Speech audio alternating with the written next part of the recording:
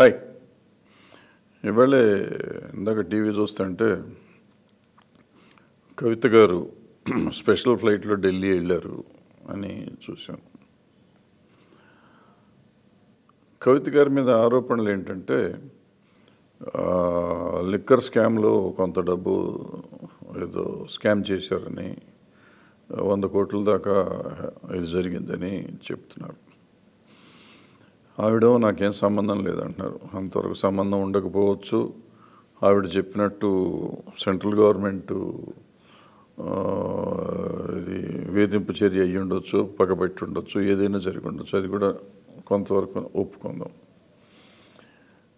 కానీ నా పాయింట్ ఏంటంటే ఇప్పుడు ఆవిడ ఎమ్మెల్సీ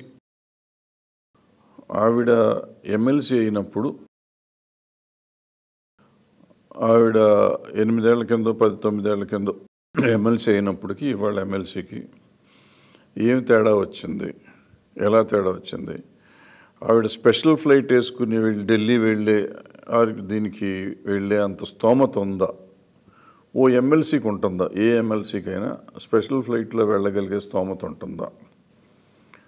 మామూలు టికెట్లు కొనుక్కొని వెళ్లకుండా స్పెషల్ ఫ్లైట్లో వెళ్ళే స్తోమత ఉంటుందా? ఢిల్లీలో వాళ్ళు పిలిచారనుకోండి, ఉంటుందా? పైగా ఇది ఏదో పెద్ద ఉద్యమంలాగా ఇది వచ్చిన తర్వాత మహిళా రిజర్వేషన్ బిల్ అని చేశారు ఆవిడ ఢిల్లీలో మొన్న 16వ తారీఖు.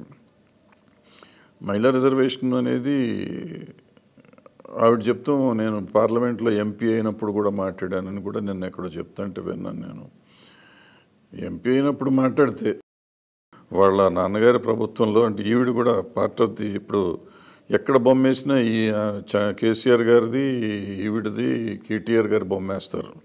అంటే సగం చీఫ్ మినిస్టర్, పావు చీఫ్ మినిస్టర్ ఈవిడ కింద లెక్క కదా.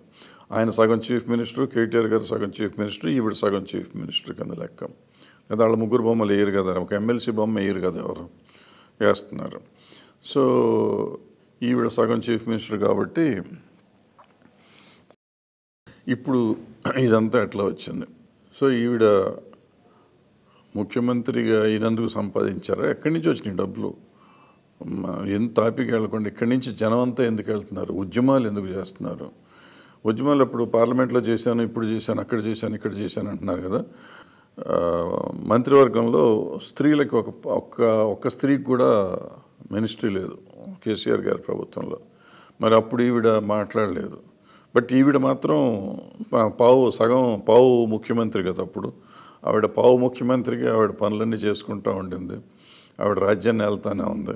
సో ఆవిడ పావు ముఖ్యమంత్రి కాబట్టి స్త్రీలందరికీ అప్పుడు రిజర్వేషన్ వచ్చేసినట్టేనా?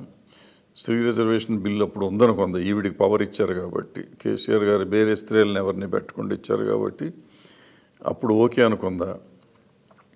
పార్లమెంట్లో బిల్లు ఎత్తానంటే మొన్న మాట్లాడినప్పుడు పార్లమెంట్లో మాట్లాడినప్పుడు అప్పుడు కూడా ఉద్యమం చేసి ఉండొచ్చు కదా. ఇప్పుడే ఎందుకు ఉద్యమం చేయాల్సి వచ్చింది?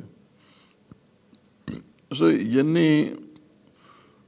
చూస్తానికి బాగోవు.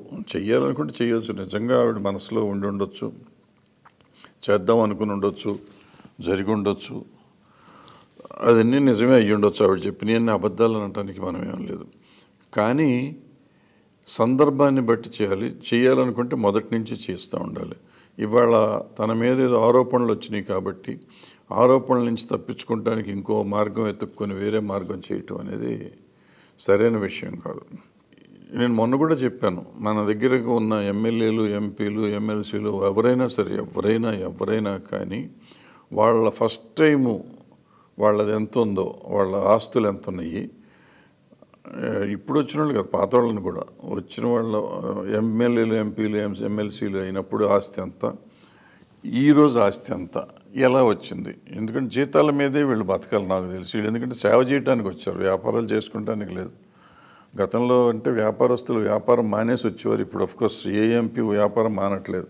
ఎందుకంటే 500 మందిలో 350 మంది 400 మంది దగ్గర వ్యాపారస్తులే ఉన్నారు అక్కడ, ఎంపీలంతా. అట్లాగే ఇక్కడ కూడా ఎమ్మెల్యేలు, ఎమ్మెల్సీలు కూడా వ్యాపారస్తులే ఉన్నారు. సో వ్యాపారస్తులు వాళ్ళు డిక్లేర్ చేసిన డబ్బులు ఉంటాయి కాబట్టి ఆ తర్వాత చేసి ఉంటే వాళ్ళు వ్యాపారంలో వచ్చి ఉంటే వ్యాపారంలో వచ్చినది తెలుస్తుంది లెక్క. వ్యాపారంలో రాకపోతే ఎక్కడి నుంచి వచ్చినాయి డబ్బులు, అది కదా తెలియాల్సింది. అది చెప్పగలరా? ఈడీలు పీడీలు అవన్నీ వదిలేద్దాం. మోడీ గారి సంగతి వదిలేద్దాం, సెంట్రల్ గవర్నమెంట్ సంగతి వదిలేద్దాం.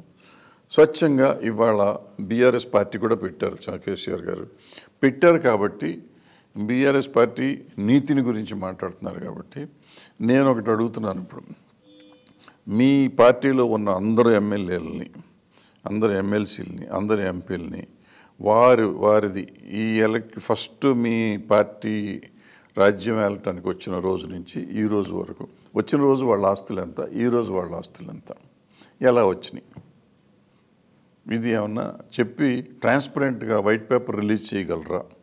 చేస్తారా? పోనీ అట్లీస్ట్ మీ ఫ్యామిలీ వర్క్ అన్నా రిలీజ్ చేస్తారా? ఏదో చేస్తే బాగుంటుంది అనిపించింది.